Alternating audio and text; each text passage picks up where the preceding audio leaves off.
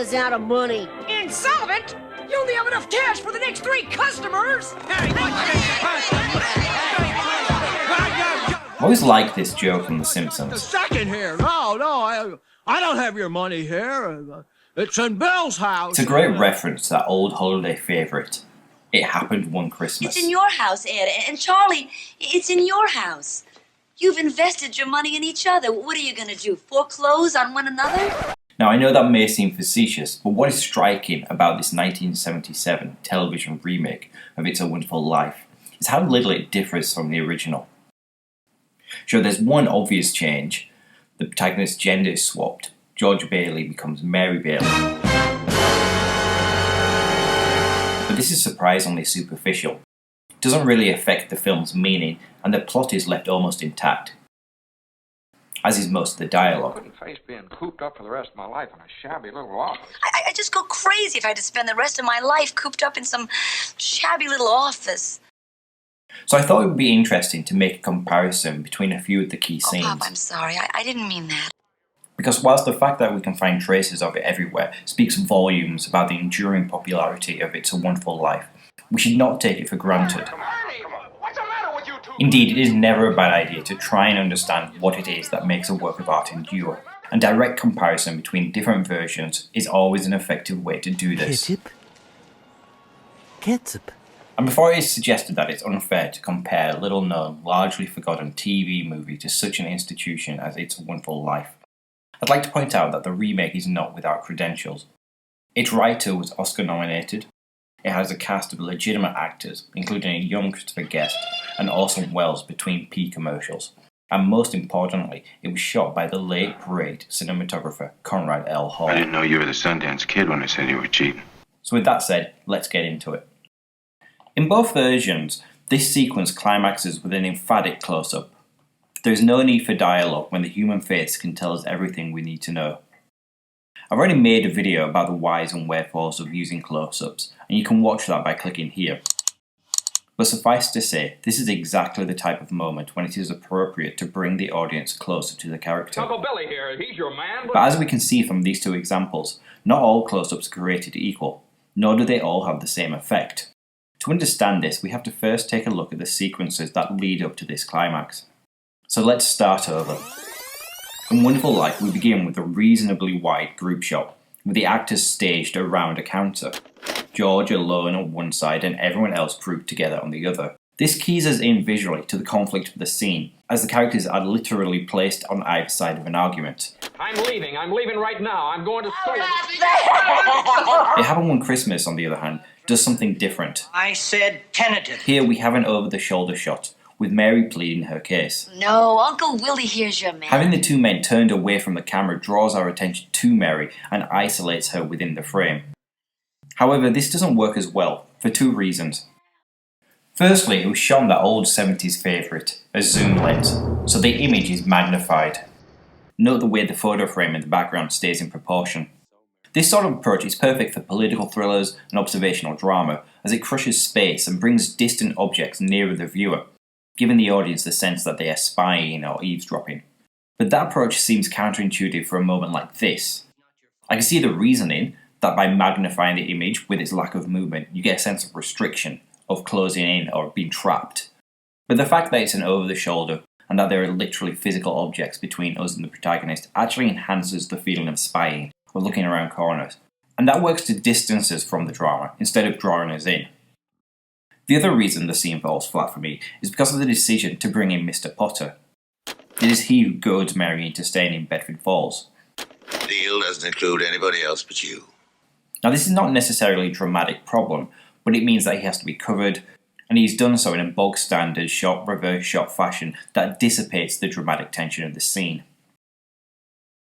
In Wonderful Life, we have a more effective climax.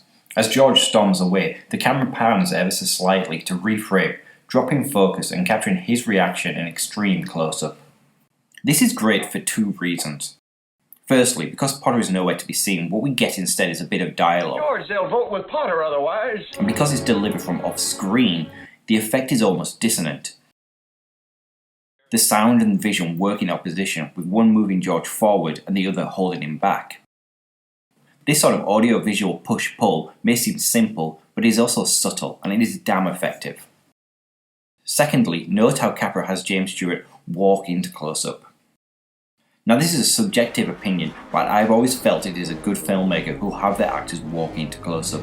It shows an intimate understanding of the psychological implications of movement. To unpack what I mean by this, let's compare this idea with its opposite, where the actor stays still and the camera trundles towards them. What is the effect of this type of movement? There is a kinetic tension between the static actor and the forward momentum of the camera, with the effect often being revelatory. The character responds to something important off screen, and the movement of the camera externalizes their reaction so that we get a visual sense of what they're feeling. Having a character walk into close-up works in a similar way to this. Both types of movement are nearly always used as a reaction to something, but here the kinetic tension is inverted. So this is a great way to emphasize certain types of drama. Shock or surprise, a sudden change of situation. I gotta make a few changes. What kind of changes? Like management. You're using the physicality of the actor to communicate the emotion of the scene to the audience. What do you mean management? Think of it this way, by having a character move into close-up, you can literally stop them in their tracks. To me, this is much more effective than cutting to a close-up, and it is certainly more effective than zooming in.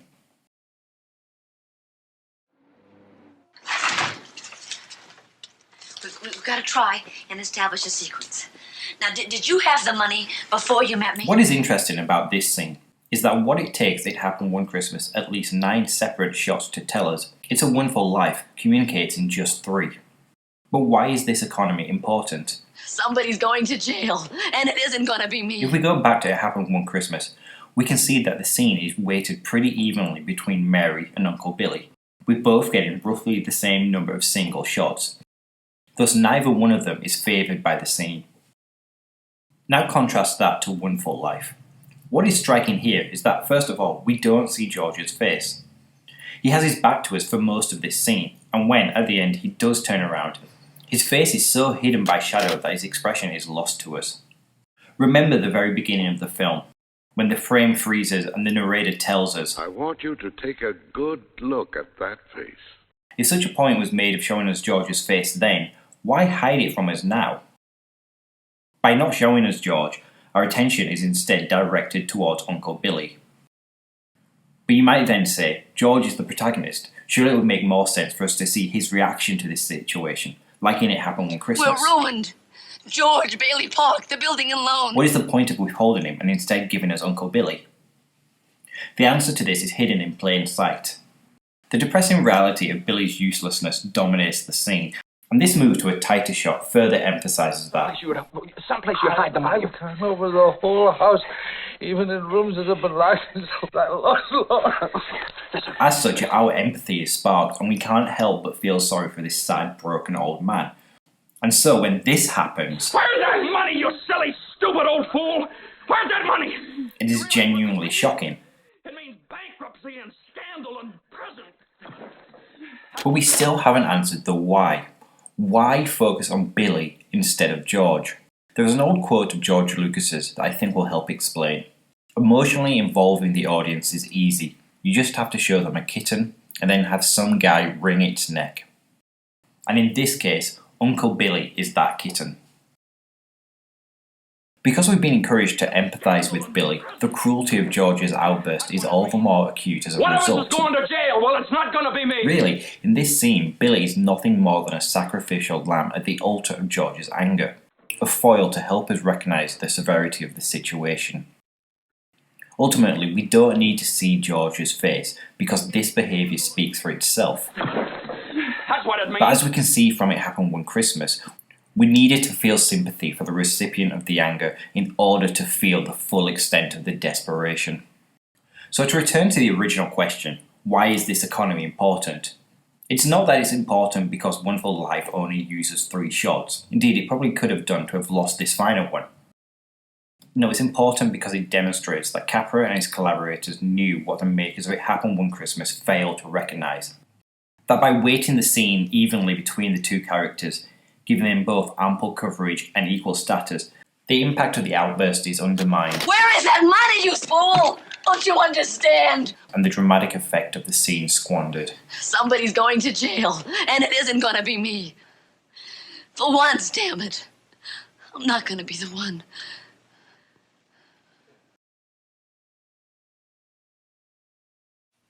I'm in trouble, Mr. Potter. I need help. Need help.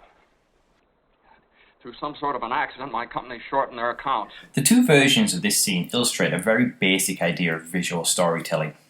In It Happened One Christmas, most of the sequence is covered in singles, edited with a shot reverse shot pattern. It is not until about 30 seconds in that we get a clear image of the space and the characters' relationship to each other within that space. Now let's just pause and take a look at this shot. I want to compare it to its equivalent in Wonderful Life. Do you see the difference? In both versions, Potter sits regally behind his desk, but in one version Bailey is sat and in the other version Bailey is stood. What does this tell us about the power dynamic between these characters? In Wonderful Life, Bailey is positioned lower than Potter. This suggests to us visually that one person is in a position of power and the other one is at that person's will. This is an old idea and it is a basic idea, and it is even being used as the basis for jokes. But like the cliche that every joke has its truth, this visual idea returns again and again because it works. Think about the context of the scene. Bailey and Potter have been antagonists throughout the course of the film, He's not a failure. You can't say that about my father. You're not. and Bailey has always been positioned higher within the frame because he's the protagonist and he's always been superior to Potter. If only to have some place where people can come without crawling to Potter.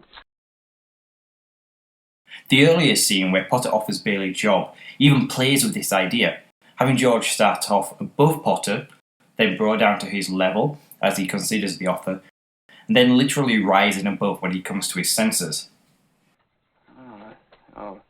But now, when Bailey is at his lowest ebb and he's being reduced to begging, Please help me, Mr. Potter. Help me, won't you please? he has no option but to lower himself.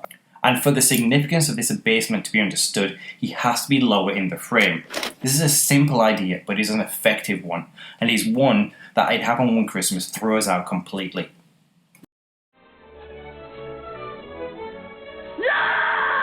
Hello, Bedford Falls! I'm going to leave the comparisons here and wrap up now, in the hope that maybe this video has encouraged you to either seek out It Happened One Christmas and see what you make of all the differences and similarities between the films, or maybe just to revisit It's a Wonderful Life. Because like I said earlier, in comparing these three scenes, my intention was not to be overly critical of It Happened One Christmas, which is not a terrible film. It's not very good, but it's not the worst thing ever. Merry Christmas, Bakery! Rather, my aim was more so to take It's a Wonderful Life down from its position of assumed classic, dust it off, and look at the strategies that went into its making. That's a Christmas present from a very dear friend of mine. Because though we know it works, we can't just leave it at that. Teacher says every time a bell rings, an angel gets his wings. That's right. We have to understand why it works, and for so many people. And in so doing, hopefully we can appreciate it even more for the magnificent film that it is.